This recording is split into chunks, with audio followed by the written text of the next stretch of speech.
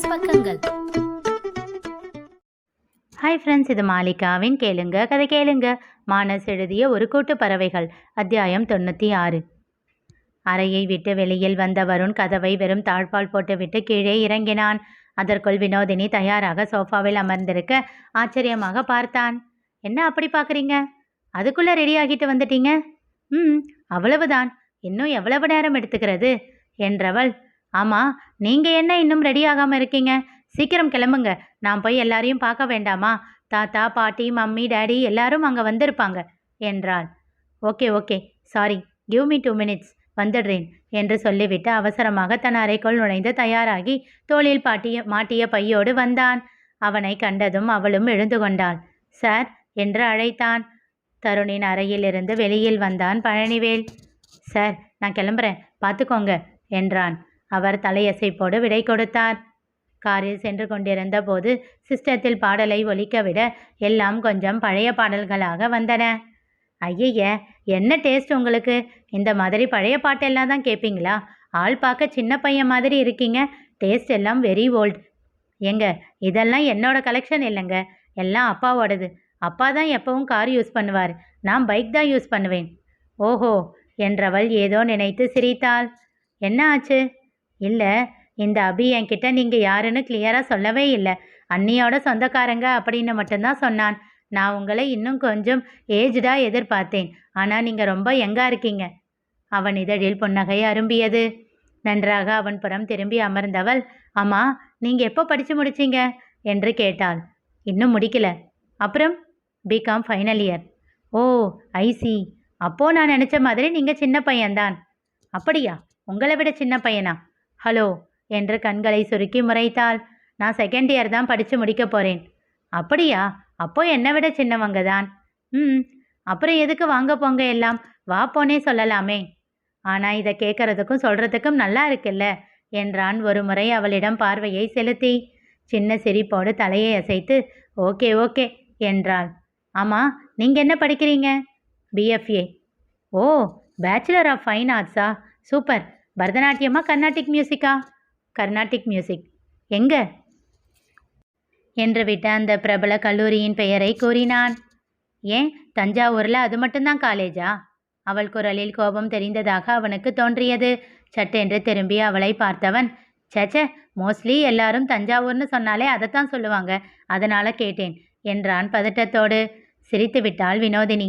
பயந்துட்டீங்களா? நான் சும்மா விளையாடினேன் என்று சொல்லி மீண்டும் சிரித்தாள். அந்த காலேஜ் தான் என்றாள். இப்பொழுது அவன் அவளை முறைத்தான். சோ ஸ்வீட், நீங்கள் முறைச்சா கூட அழகாக இருக்கீங்க என்றாள். திகைத்தான் வருண். என்ன இவள் வெளிப்படையாக இப்படி பேசுகிறாள் என்று எண்ணினான். என்ன இப்படி ஓப்பனாக சொல்கிறேன்னு யோசிக்கிறீங்களா? மீண்டும் திகைத்தான். உங்களுக்கு தான் அடிக்கடி நான் பெங்களூர் பொண்ணா இல்லையான்னு சந்தேகம் வருதே, அதனால தான் என்று சொல்லி கண்ணடித்தாள். அதை கேட்டு சிரித்து விட்டான் வருண். சரி, அது என்ன, பெங்களூரில் இல்லை காலேஜா, இங்கே வந்து படிக்கிறீங்க? நான் 10 வயசு வரைக்கும் பெங்களூரில் இருந்தேன். அதுக்கப்புறம் தாத்தா பாட்டிக்கிட்ட வந்துட்டேன். ஸோ என்னோட டீனேஜ் எல்லாம் காட்பாடியில் தான். லீவுக்கு மட்டும் பெங்களூர் போயிட்டு வருவேன். ஓ, அதுதான் உங்களை பார்த்து நானும் யோசித்தேன். பெங்களூர் பொண்ணு மாதிரி தெரியலையே, போய் சொல்கிறீங்களோன்னு நினச்சேன். எனக்கு ஒரு அக்கா இருக்கா, அவளை பார்த்தா நீங்கள் ஒத்துக்குவீங்க என்று சொல்லி சிரித்தாள். ஓ, அன்விதா அக்காவும் என் அக்காவும் ஒரே ஏஜ், அதனால் அவங்க 2 பேரும் க்ளோஸ். நானும் அபியும் ஒரே ஏஜ், அதனால் நாங்கள் 2 பேரும் எப்போவும் க்ளோஸ். ஆக்சுவலாக என்னோட பெரியம்மா பசங்க ஆதி அண்ணாவும் அஸ்வி அக்காவும் தான். ஆனால் அவங்க 2 பேரை விட இவங்க 2 பேரும் தான் எங்கள் கூட அதிகமாக பழகுவாங்க. அவங்க 2 பேர்கிட்டையும் பாசம் இருந்தாலும் அதை விட அக்கா அண்ணான்ற மரியாதை அதிகமாக இருக்கும். ஆமாம், நீங்கள் ஏன் பாட்டி தாத்தா கிட்ட வந்துட்டீங்க? எங்கள் மம்மிக்கு கூட பிறந்தவங்க பெரியம்மா மட்டும்தான். பாட்டி தாத்தா தனியாக இருக்காங்கன்னு என் மம்மி அவங்கக்கிட்ட அனுப்பிட்டாங்க. எனக்கும் அவங்கள ரொம்ப பிடிக்கும், அதனால ஓகேன்னு வந்துட்டேன். அப்போது லீவுக்கு மட்டும்தான் பெங்களூர் போவீங்களா? ஆமாம், ஆனால் இப்போ 2 இயர்ஸ் காலேஜ் சேர்ந்ததுக்கப்புறம் மொத்தமே 4 தடவை தான் பெங்களூர் போனேன். லீவு விட்டால் காட்பாடி போயிடுறேன். மம்மி, டேடி, அக்கா 3 பேரும் அங்கே வந்துடுறாங்க. ஸோ நீங்கள் நினச்ச மாதிரி கொஞ்ச நாளாக நான் பெங்களூர் பொண்ணு இல்லை தான்.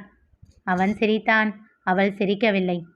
இதுவும் என்ன, கொஞ்ச நாள் தான், அப்புறம் பெங்களூர் தான் போக வேண்டி வரும். ஏன்? ஆதி அண்ணா கட்டிக்கிட்டு இருக்கிற வீடு வேலை முடிஞ்சதும் அண்ணா பாட்டியையும் தாத்தாவையும் அங்கே கூட்டிகிட்டு போக போகிறாரு. ஏன்? பாட்டிக்கு அடிக்கடி இப்போ உடம்பு சரியில்லாமல் போகுது. தாத்தாவால் தனியாக சமாளிக்க முடியல. அதனால தான். இனிமேல் காலேஜ், காலேஜ் விட்டால் பெங்களூர், அப்புறம் கல்யாணம் பண்ணி எங்கே செட்டில் ஆக போகிறோமோ அந்த ஊர், அவ்வளவுதான். அப்படியே போயிடும். ஜன்னலின் புறம் முகத்தை திருப்பிக் கொண்டு கூறினாள். என்ன ஆச்சு என்றான் வருண். ஒன்றுமில்லையே என்றாள். ஆனால் முகத்தை திருப்பவில்லை. ஏதோ வருத்தப்படுற மாதிரி இருக்கு. அதெல்லாம் ஒன்றுமில்லை என்றவள் அதன் பிறகு கொஞ்ச நேரம் எதுவும் பேசவில்லை. வருணேதான் அந்த மௌனத்தை கலைத்தான். ஒரு ஃப்ரெண்டாக நினச்சி ஷேர் பண்ணலாமே. என்றவள் தன் குரலை சரி செய்து கொண்டு கூறினாள். 9 இயர்ஸ் ஆச்சு மம்மி டேடியை விட்டுட்டு பாட்டி தாத்தா கிட்ட வந்து. விவரம் தெரியாத வயசில் மம்மி டேடி கிட்ட இருந்தாலும் ஏனோ இந்த கொஞ்ச வருஷம் அவங்க கூட இருந்தது எனக்கு ஸ்பெஷல் தான். அப்பா வீட்டை பொறுத்தவரை அக்கா தான் அங்கே ஃபஸ்ட்டு குழந்தை. அதனால் அப்பா சைடில் எல்லாருக்கும் அவள் தான் ரொம்ப செல்லம். அவள் தான் எல்லாருக்கும் ஸ்பெஷல். ஆதி அண்ணா அஸ்வி அக்கா பற்றி உங்களுக்கே தெரிஞ்சிருக்கும்னு நினைக்கிறேன். அவங்களுக்கு எப்பவும் அவங்க ஃபேமிலி தான் பிடிக்கும். ஸோ எப்பவும் ஆட் ஒன் அவுட்டாக இருந்தது நான் தான். தாத்தா பாட்டிக்கிட்ட வந்ததுக்கப்புறம் தான் ரொம்ப சந்தோஷமாக இருந்தேன். என்ன 2 பேரும் அப்படி பார்த்துக்கிட்டாங்க. ஆனால் என்னால் அவங்கள எப்பவும் பார்த்துக்க முடியாதில்ல. குரல் பிசிறு தட்டியது. ஏன் என்றான். ஆதி அண்ணா பையன், அதனால் அவரோட டெசிஷனை அவரே எடுக்கலாம். பாட்டி தாத்தாவை தன் கூட வச்சுக்கலாம் அப்படின்னு அவரே முடிவு பண்ணலாம். நானோ அக்காவோ அஸ்வி அக்காவோ அதை பண்ண முடியாது. ஏன்னா பொண்ணுங்க எப்பவும் பர்மிஷன் கேட்டு நிற்கிற நிலமையில மட்டும்தானே இருக்கிற மாதிரி வருது. எங்கள் அக்காவுக்கு அவங்க மேலே பாசம் இருந்தாலும் அந்த அளவுக்கு அவங்கள பார்த்துக்கணும்னு எல்லாம் யோசிக்க மாட்டா. ஆனால் எனக்கு ஆசை இருந்தாலும் அது நடக்காது இல்லை. கேட்டுவிட்டு விரக்தியாக புன்னகைத்தாள். இப்படியெல்லாம் ஏன் நினைக்கிறீங்க? நீங்களும் படித்து முடித்து கல்யாணம் ஆகிறப்போ தாத்தா பாட்டியை கூட்டிக்கிட்டு வந்து அப்பப்போ வச்சுக்குவேன் அப்படின்னு கண்டிஷன் போட்டு கல்யாணம் பண்ணிக்கோங்க. ஏங்க, நடக்கிற காரியமாக பேசுங்க. முதல்ல மாப்பிள்ளை வீட்டில் பேசுகிறதுக்கு முன்னாடி எங்கள் வீட்லேயே எத்தனை பெர்மிஷன் நான் கேட்க வேண்டி இருக்குமோ. அட போங்க என்று சலிப்பாக சொல்லிவிட்டு சீட்டில் சாய்ந்து கொண்டாள்.